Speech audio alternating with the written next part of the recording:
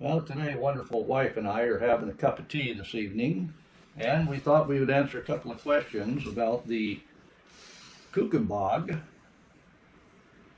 and that means cookbook, but that's written in what we believe to be Dutch. Could be what, Dutch German, you think? Dutch German. It could be Pennsylvania Dutch, Yeah. or it could be German. Exactly. So basically, they wanted a way to take some of the American recipes and put them into a book that they could read themselves. So we have a mincemeat pie recipe here that's very interesting. The wife of Governor Fitzhugh Lee of Virginia is a famous housekeeper, and this is how she says she makes her mincemeat for her Thanksgiving pies. And if you can believe this recipe, they want 2 pounds of beef, 2 pounds of currants, 2 pounds of raisins, 1 pound of citron, 2 pounds of beef suet, 1.5 pounds of candied lemon peel, 4 pounds of apples, 2 pounds of sultana raisins. Sultana raisins, yes. Sultana raisins. 2 pounds of sugar, 2 nutmegs grated, 1/2 ounce of cloves, I'm sure that was grated as well, 1 ounce of cinnamon, which had to been grated, 1/2 ounce of mace, 1 teaspoonful of salt. You think 1 teaspoon of salt is enough for all of that? That's kind of... You would think, yeah, that would be kind of... It says 1 teaspoon of salt, so I don't know. 2 lemons juiced in rind. 2 oranges juiced in rind. Simmer the meat gently till tender, and... When perfectly cold, chop it fine. Stone the raisins, shred the citron, pear core, and chop the apples. Chop the suet fine. Mix the dry ingredients, then add the juice and rinds of the oranges and lemons. Pack in a stone jar, cover close, and keep cool.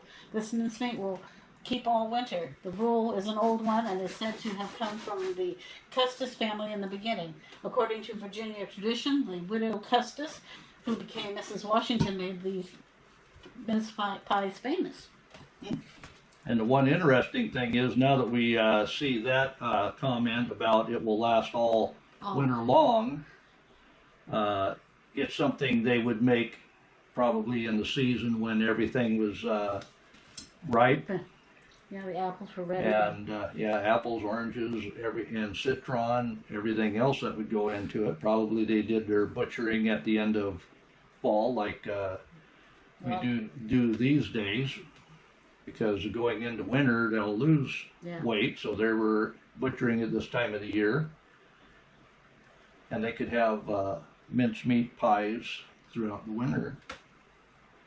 Very interesting. And then there was a second recipe here of 3 pounds of boiled beef, 1 pound of suet, 3 pounds of brown sugar, 1/2 peck of apples, 2 pounds of raisins, 1.5 pounds of currants, 1 pound of citron, and 1 nutmeg grated, and mace 5 cents worth of powder. So mace 5 cents worth. How much do you think you get today? Oh, I don't know. But it's interesting that it says just 5 cents worth. Allspice cinnamon to suit the taste. Okay, it says chop the meat, suet, apples fine, then put them in with the seasoning, slice the citron fine, pour on sweet cider to make a thick batter of it, and warm thoroughly. It's seasoned through, much better.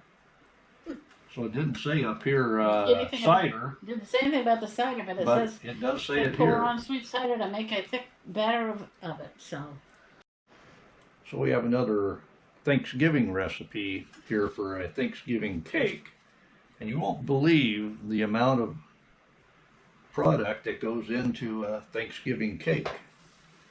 There's 2.5 pounds of flour, in which you mix 3 teaspoons of baking.